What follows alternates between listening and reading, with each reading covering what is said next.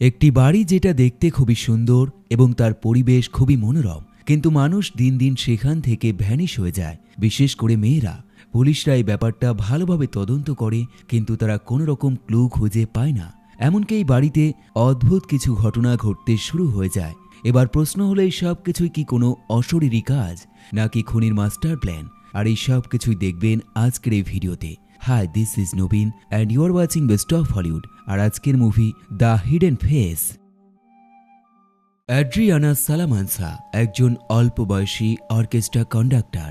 সে বাড়িতে বসে তার গার্লফ্রেন্ডের শেষ রেকর্ড করা ভিডিওটা মন দিয়ে দেখতে থাকে, যেখানে তার গার্লফ্রেন্ড বলে, প্রিয় অ্যাড্রি, আমি তোমায় এই জিনিসটা অনেক আগেই বলতে চেয়েছিলাম, কিন্তু এখন পরিস্থিতি অনেক কঠিন হয়ে গেছে, তাই আমাদের এই সম্পর্ক আর টিকিয়ে রাখা যাবে না। আমি তোমায় ছেড়ে চলে যাচ্ছি।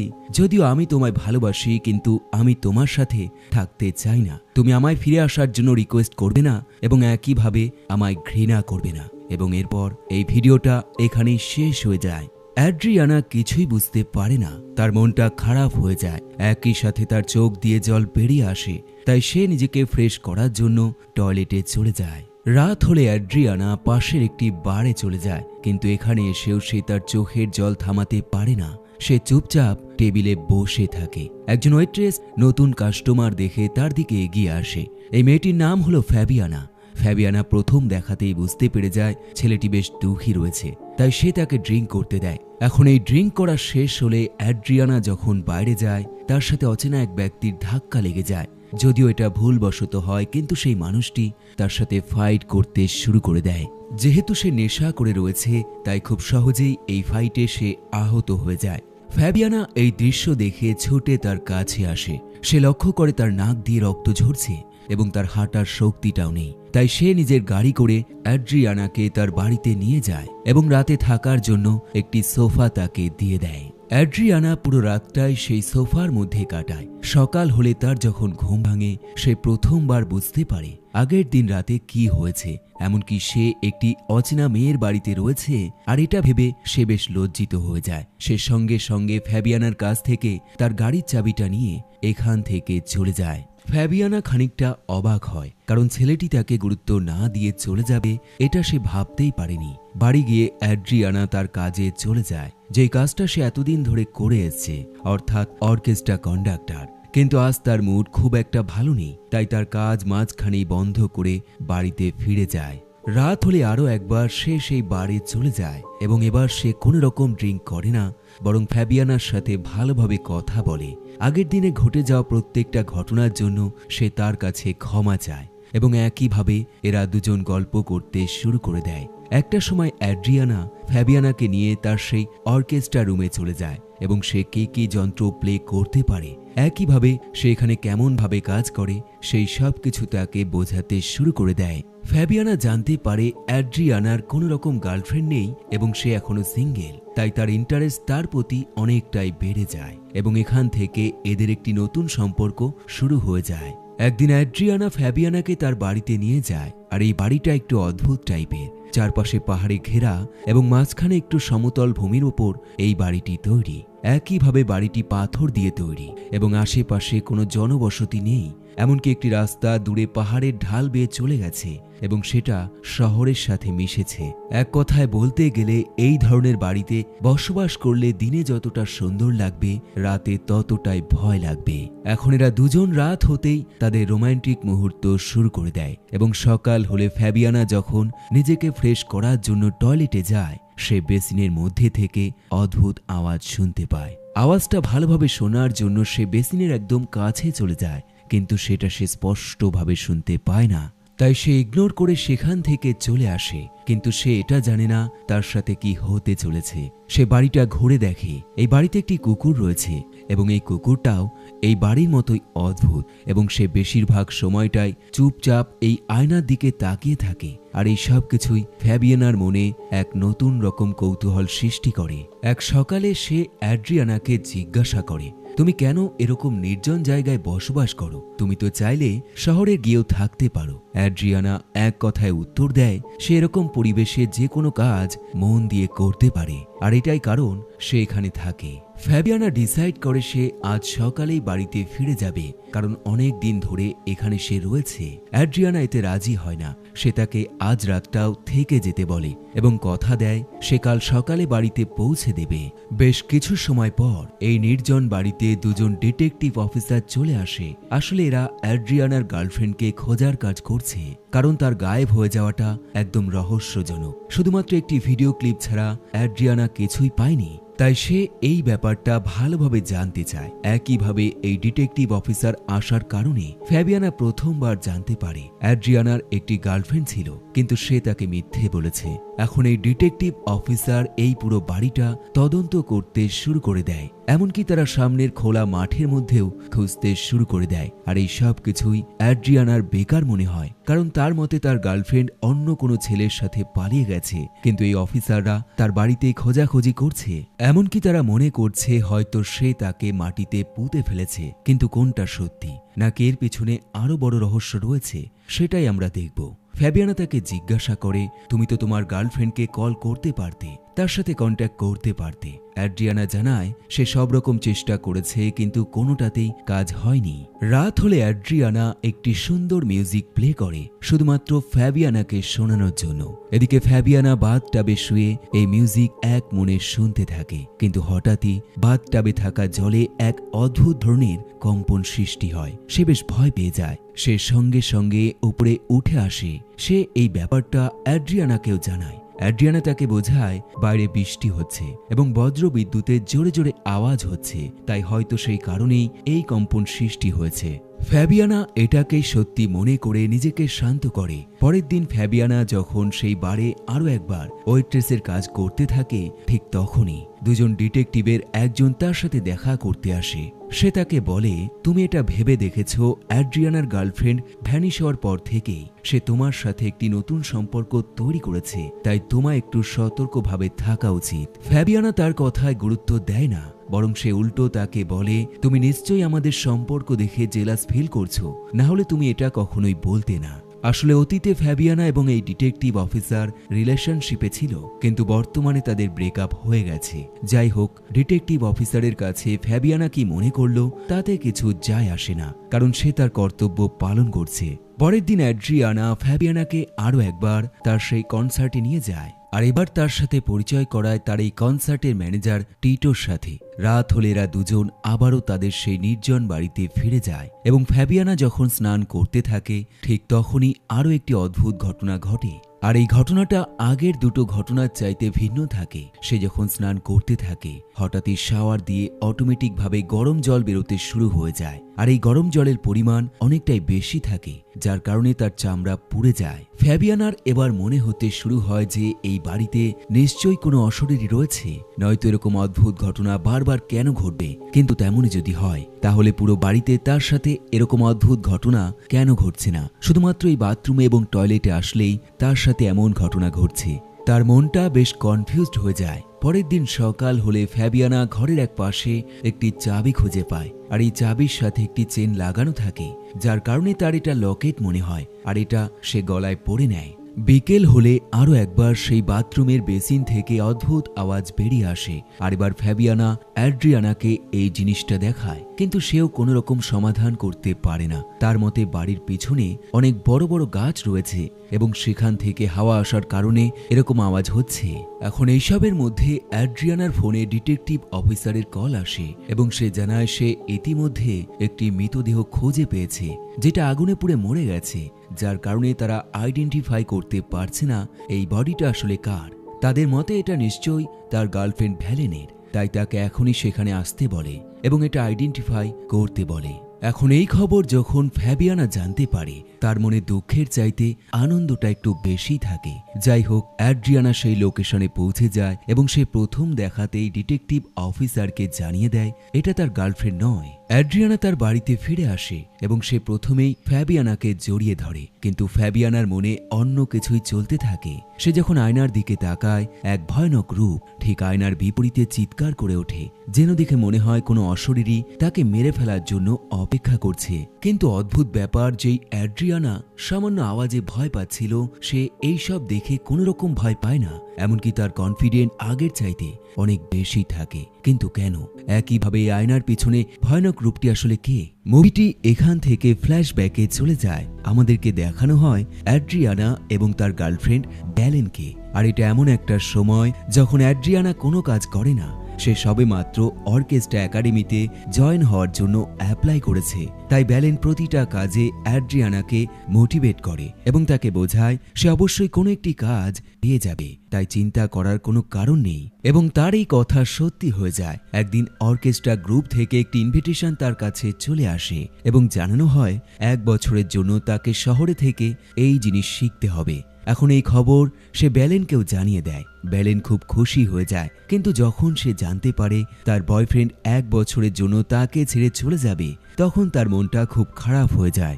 সে রিকোয়েস্ট করে সেও তার সাথে যাবে এবং অ্যাড্রিয়ানা এতে না করে না, বরং রাজি হয়ে যায়।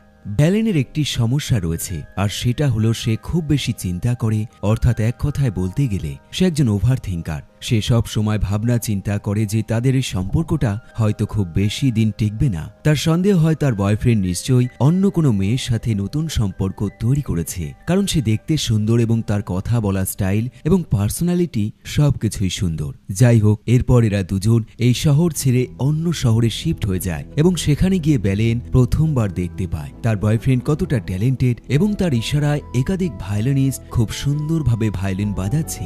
এখন এই কনসার্ট শেষ হলে অ্যাড্রিয়ানা ব্যালেনকে একজন মেয়ে ভায়োলিনিস্টের সাথে পরিচয় করায়, আর এই মেয়েটির নাম হলো ভেরোনিকা। এরপর তারা এই শহরে থাকার জন্য একটি বাড়ি ভাড়া নিয়ে নেয়, কিন্তু সমস্যা হলো বাড়িটা শহর থেকে অনেকটাই দূরে এবং চারিপাশে পাহাড় দিয়ে ঘেরা এবং পরিবেশটা একদম নির্জন। এই বাড়িতে একজন মহিলা বসবাস করে যার নাম এমা। এমা ব্যালেনকে বাড়ির প্রতিটা জিনিস ভালোভাবে বুঝিয়ে দেয়। একইভাবে সে জানায় এই বাড়িতে একটি কুকুর রয়েছে যার নাম হান্স, তাই তাকে যদি থাকতে হয় এই কুকুরটিকেও যত্ন করতে হবে। এমনকি সে জানায় সে 1 মাসের মধ্যে বার্লিনে বিশেষ কাজের জন্য চলে যাবে, তাই সেই সময়টায় এই কুকুরটির যত্ন আরো ভালোভাবে করতে হবে। ব্যালেন কুকুর বেশ পছন্দ করে, তাই তার এতে কোনো রকম প্রবলেম নেই। সে এক কথায় রাজি হয়ে যায়। ব্যালেন একজন শু ডিজাইনার। সে বড় বড় কোম্পানিতে নতুন মডেলের শুগুলো ডিজাইন করে থাকে। আর এমনই একদিন সে কাজ থেকে যখন বাড়িতে ফিরে আসে, সে দেখে ভেরোনিকা নামের সেই মেয়েটি অ্যাড্রিয়ানার সাথে একই ঘরে বসে রয়েছে, এমনকি অ্যাড্রিয়ানা তার সাথে ফ্লার্ট করছে। ব্যালেন এই মুহূর্তে নিজেকে সামলে নেয় এবং এখান থেকে চলে যায়, কিন্তু তার এই সন্দেহ আরো গভীর হয়ে যায় যখন সে অ্যাড্রিয়ানার ফোনটা চেক করে। সে দেখতে পায় অ্যাড্রিয়ানা ভেরোনিকার সাথে মেসেজে কথা বলে। ব্যালেন এইসব কিছু আর সহ্য করতে পারে না, তাই সে অ্যাড্রিয়ানাকে স্পষ্টভাবে জানিয়ে দেয় সে যদি এই মেয়েটির সাথে কথা বলে তবে সে আর তার সাথে কোনো রকম সম্পর্ক রাখবে না। অ্যাড্রিয়ানা তাকে শান্ত করে এবং বোঝায় সে আর কখনোই এই মেয়েটির সাথে কথা বলবে না। এরপর সে কাজে চলে যায়, কিন্তু ব্যালেনের মন মোটেও শান্ত হয় না। তার ওভার থিঙ্কিং মাইন্ড কন্টিনিউ এই ব্যাপারে ভাবনা চিন্তা চালিয়ে যায়। তাই সে এই পুরো ঘটনা এই বাড়ির ওনার এমাকে জানায়। এমা তাকে পরামর্শ দেয় তার উচিত এই সংশয় দূর করার জন্য তার বয়ফ্রেন্ডের একটি পরীক্ষা নেওয়া। আর এই বলে সে তাকে ঘরের ভিতরে নিয়ে যায় এবং তারপর তাকে একটি গোপন রুম দেখায়, যেটা ব্যালেন এতদিন থেকেও লক্ষ্য করেনি। আসলে এটা কারোর চোখেই পড়বে না যদি কেউ না বলে দেয়। এই ঘরের দরজাটা ঠিক ঘরের আয়নার পেছনে সেট করা এবং এটা খোলার জন্য যেই তালাটা রয়েছে সেটা আয়নার পাশে একটি গোপন জায়গায় রয়েছে। বাইরে থেকে কখনোই বোঝা যাবে না এটা একটি দরজা এবং এর পেছনে একটি ঘর রয়েছে। আসলে ঘরটি বানানোর কারণ এই মহিলার যে স্বামী সে একজন হাই র্যাঙ্কের জার্মান সোলজার এবং যেই সময় ঘরটা বানানো হয়েছিল সেই সময় বিশ্বযুদ্ধ চলছিল। তাই হাই র্যাঙ্কের জার্মান সোলজারদের বিপদ এবং তাদের উপর অ্যাটাক হওয়ার সম্ভাবনা অনেক বেশি ছিল। তাই নিজের সুরক্ষার জন্য সে এমন একটি ঘর তৈরি করেছে। এই ঘরের মধ্যে সবকিছু রয়েছে, যেমন একটি বিছানা রয়েছে, জলের কল রয়েছে। একইভাবে মজার ব্যাপার হলো এই ঘর থেকে বাইরের সবকিছু দেখা যায়, কিন্তু বাইরে থেকে ভিতরের একটা জিনিসও দেখা যায় না। একইভাবে এখানে একটি স্পিকার লাগানো রয়েছে যার সাহায্যে বাইরের কথাবার্তা খুব সহজেই শোনা যায়, কিন্তু এই ঘরের কথাবার্তা বাইরের মানুষ একটুও শুনতে পাবে না। এখন এই মহিলা ব্যালেনকে পরামর্শ দেয় তুমি বেশ কয়েকদিন বা বেশ কিছু সময় এই ঘরের মধ্যে লুকিয়ে থাকো এবং পরীক্ষা করো তুমি না থাকলে তোমার বয়ফ্রেন্ড কি করে। সে কি তোমায় মিস করে নাকি আনন্দে থাকে সবকিছুই তুমি বুঝতে পারবে। ব্যালেনের এই আইডিয়াটা বেশ ভালো লাগে এবং এরপর মহিলা বার্লিনের উদ্দেশ্যে যাত্রা শুরু করে দেয়। এখন ব্যালেন সবার প্রথমে একটি ভিডিও শুট করে এবং সেখানে সে এটাই বলে সে এই সম্পর্ক আর টিকিয়ে রাখতে চায় না, তাই সে এখান থেকে চলে যাচ্ছে। আর এটাই সেই ভিডিওটা যেটা আমরা মুভির শুরুতে দেখেছিলাম। এরপর সে সব জামা কাপড় গুছিয়ে একটি ব্যাগের মধ্যে ভরে ফেলে, ঠিক তেমন ভাবে যেমনটা কেউ ঘুরতে যাবার জন্য করে থাকে। এরপর সে সেই ব্যাগগুলো সেই ঘরের মধ্যে ঢুকিয়ে ফেলে।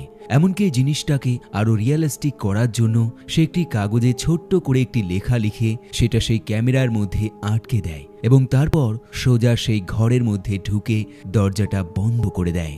এখন কিছু সময়ের মধ্যেই অ্যাড্রিয়ানা ঘরে প্রবেশ করে এবং সেই রেকর্ডটা প্লে করে। আর এই সব কিছু ব্যালেন ঘরের ভিতর থেকে দেখতে থাকে। এমনকি এই সব কিছু দেখে তার মুখে হাসি চলে আসে, কারণ সে নিজের চোখে দেখতে পায় তার বয়ফ্রেন্ড তাকে হারিয়ে কতটা চিন্তায় রয়েছে। অ্যাড্রিয়ানা ভিডিওটা দেখার পর পুরো ঘর ভালোভাবে তল্লাশি চালায় এবং তারপর আরও একবার ভিডিওটা প্লে করে এবং একটা সময় তার চোখ দিয়ে জল বেরিয়ে আসে।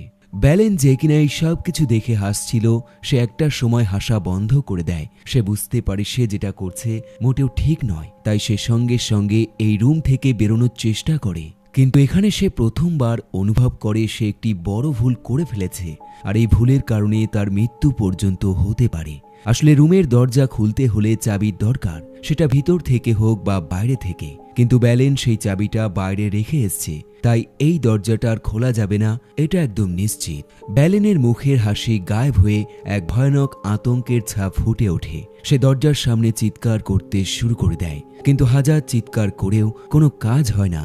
আর এভাবে একটা দিন কেটে যায়। ব্যালেন লক্ষ্য করে অ্যাড্রিয়ানা তার চলে যাওয়াটাকে মেনে নিয়েছে এবং সে এখন ড্রিঙ্ক করতে শুরু করে দিয়েছে। ব্যালেন আবারও চিৎকার করে এবং বোঝানোর চেষ্টা করে সে কোথাও যায়নি এবং মরেও যায়নি, সে এখন এখানে বন্দী রয়েছে। কিন্তু বাইরে থেকে তার এই চিৎকার একটুও শোনা যায় না, যার ফলে কোনো কাজ হয় না। সে প্রতিটা জিনিসের ওপর আঘাত করতে শুরু করে দেয় এবং যখন সে নিচে থাকা একটি পাইপের মধ্যে আঘাত করে, সে লক্ষ্য করে সামনে থাকা বেসিনের জলে কম্পন সৃষ্টি হচ্ছে। তাই সে বারবার সেই পাইপের মধ্যে আঘাত করতে শুরু করে দেয়। কিন্তু সামান্য জলের কম্পনে একটা মানুষ কিভাবে বুঝবে যে সে এখানে বন্দী রয়েছে? তাই অ্যাড্রিয়ানাও এইসবে কোনো গুরুত্ব দেয় না এবং এখান থেকে চলে যায়।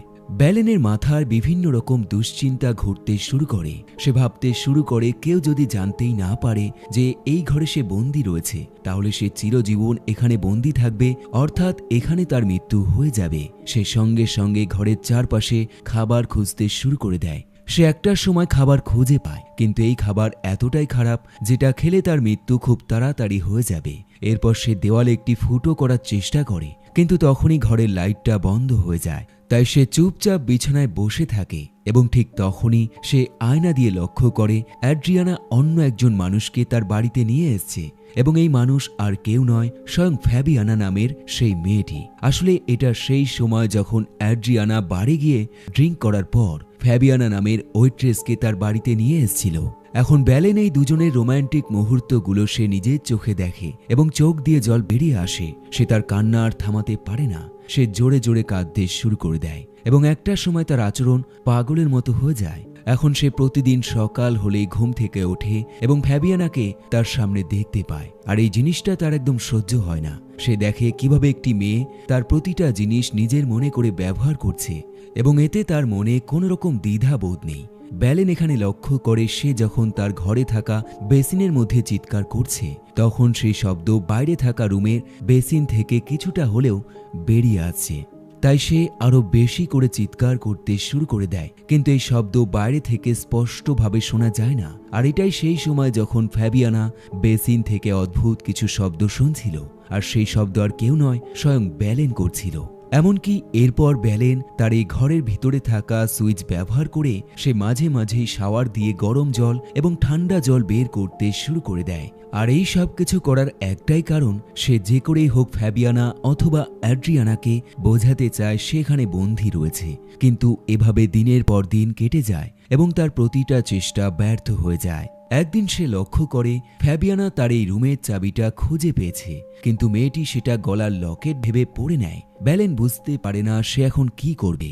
রাত হলে সে নিজের খিদে মেটানোর জন্য সেই খারাপ খাবারগুলোই খেতে শুরু করে দেয়। পরের দিন সকাল হলে অ্যাড্রিয়ানার কাছে ডিটেকটিভের কল আসে এবং তাকে একটি মৃতদেহ আইডেন্টিফাই করার জন্য আসতে বলে এবং কথা মতো অ্যাড্রিয়ানা সেখানে চলে যায়। আর এই সুযোগে ব্যালেন আরও একবার তার চেষ্টা চালিয়ে যায়। সে আবারও বেসিনের জলে কম্পন করতে শুরু করে দেয়। আর এবার ফ্যাবিয়ানার বেশ অদ্ভুত লাগে, তাই সে চিৎকার করে ওঠে এবং ঠিক তখনই ব্যালেন সেই কম্পন বন্ধ করে দেয়। ফ্যাবিয়ানার মনে সন্দেহ আরও বেড়ে যায়, তাই সে এবার প্রশ্ন করতে শুরু করে। সে জিজ্ঞাসা করে, তুমি কি আমার সাথে কথা বলতে পারো? ব্যালেন আরও একবার জলে কম্পন করে, যার অর্থ হলো সে কথা বলতে পারে। ফ্যাবিয়ানা এবার জিজ্ঞাসা করে, তুমি আসলে কে? আর এই বলে সে প্রত্যেকটা মানুষের নাম এক এক করে নিতে শুরু করে দেয় এবং শেষে গিয়ে জিজ্ঞাসা করে, তুমি কি ব্যালেন? আর ঠিক তখনই ব্যালেন আরও একবার জলে কম্পন করে, যেটা দেখে ফ্যাবিয়ানা শিওর হয়ে যায় ব্যালেন এখানে বন্দী রয়েছে। কিন্তু কিভাবে? সে যদি এখানে বন্দী থাকে তবে অ্যাড্রিয়ানা জিনিসটা কেন জানে না? তার মনে বিভিন্ন রকম প্রশ্নের সৃষ্টি হয় এবং ঠিক তখনই তার মনে পড়ে সেই কুকুরটার কথা, যে সবসময় এই বাড়ির আয়নার দিকে তাকিয়ে থাকে। আসলে কুকুরটা অনেক আগের থেকেই জানে এই আয়নার পিছনে কেউ বন্দী রয়েছে, কারণ সে দেখতে না পারলেও সে অনুভব করতে পারে। ফ্যাবিয়ানা একদম আতঙ্কিত হয়ে যায়। সে এখন যে করেই হোক এই আয়নাটা খুলতে চায়। সে প্রথমে খুব টানাটানি করে, কিন্তু আয়নাটা খোলে না। তারপর সে চারপাশটা ভালোভাবে দেখে এবং পাশে থাকা ওয়ার্ডরোব খুলে ফেলে এবং ভিতরে সে একটি লক দেখতে পায় এবং অবশেষে তার গলায় থাকা চাবিটা দিয়ে সেই লকটা খুলতে যাবে, কিন্তু সে থেমে যায় এটা ভেবে যে সে যদি ব্যালেনকে মুক্ত করে ফেলে তবে তার জীবন থেকে অ্যাড্রিয়ানা নামের ছেলেটা চলে যাবে। আর এটা সে মোটেও চায় না, কারণ অ্যাড্রিয়ানাকে এখন সেও পছন্দ করে। এরপর অ্যাড্রিয়ানা বাড়িতে ফিরে আসলে সে সবার প্রথমে ফ্যাবিয়ানকে জড়িয়ে ধরে এবং এমন অবস্থায় সে আয়নার দিকে তাকিয়ে হাসতে শুরু করে দেয়, কারণ সে জানে বিপরীত পাশে ব্যালেন এই সব কিছু দেখছে এবং সে এটা তাকে দেখাতে চায়।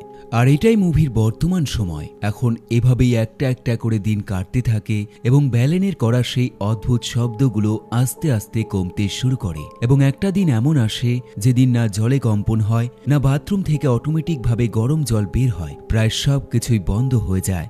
ফ্যাবিয়ানার মনে হয় হয়তো ব্যালেন আর বেঁচে নেই, সে মরে গেছে। তাই সে তার সাথে কথা বলার চেষ্টা করে, কিন্তু কোনো রকম সারা শব্দ বিপরীত পাশ থেকে ভেসে আসে না। তাই সে একদম শিওর হয়ে যায় ব্যালেন নিশ্চয়ই মরে গেছে। পরের দিন সকাল হলে একজন ডিটেকটিভ অফিসার ফ্যাবিয়ানার সাথে দেখা করতে আসে এবং তাকে বেশ কিছু ফটো হাতে ধরিয়ে দিয়ে এখান থেকে চলে যায়। ফ্যাবিয়ানা এই ফটোগুলো মন দিয়ে দেখে এবং সে লক্ষ্য করে প্রতিটা ফটোতেই অ্যাড্রিয়ানা আলাদা আলাদা মেয়ের সাথে রয়েছে। হয় সে কিস করছে, না হয় তাকে জড়িয়ে ধরেছে অথবা গল্প করছে। সে বুঝতে পারে অ্যাড্রিয়ানা নামের এই ছেলেটি মোটেও ভালো নয় এবং এখান থেকে তার প্রথমবার ব্যালেনের প্রতি মায়ার সৃষ্টি হয়। তাই সে সঙ্গে সঙ্গে সেই গোপন রুমের লকটা খুলে ফেলে এবং ভিতরে ঢুকে ব্যালেনকে খুঁজতে শুরু করে দেয় এবং কিছুটা যেতেই সে দেখে ব্যালেন একটি নোংরা বিছানার মধ্যে পড়ে রয়েছে। সে তার কাছে এগিয়ে যায় আর ঠিক তখনই ব্যালেন জেগে ওঠে এবং তার হাতের একটি কাচের বোতল দিয়ে ফ্যাবিয়ানার মাথায় সজোরে আঘাত করে এবং তাকে অজ্ঞান করে ফেলে। আসলে এই সব কিছুই ব্যালেনের প্ল্যান ছিল।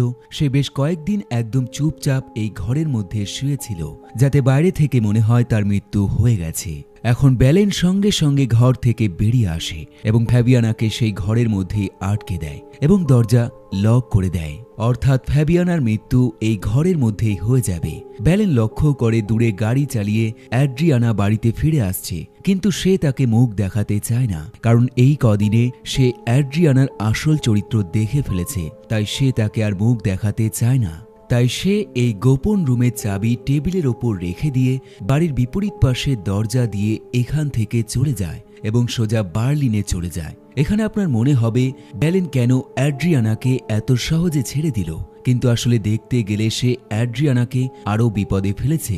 কারণ ফ্যাবিয়ানাকে সেই ঘরের মধ্যে আটকে রাখার কারণে পুলিশ অফিসার ফ্যাবিয়ানাকে খুঁজতে শুরু করবে এবং তাকেও খুঁজে পাবে না, যার ফলে সব রকম দোষারোপ সোজা অ্যাড্রিয়ানার ওপর চলে যাবে এবং পুলিশের সন্দেহ আরও বেড়ে যাবে যখন সে দেখবে যে এই দুটো মেয়ে গায়েব হয়েছে। তারা দুজনেই অ্যাড্রিয়ানার সাথে সম্পর্ক তৈরি করেছিল, অর্থাৎ অ্যাড্রিয়ানার কপালে অনেক কষ্ট রয়েছে।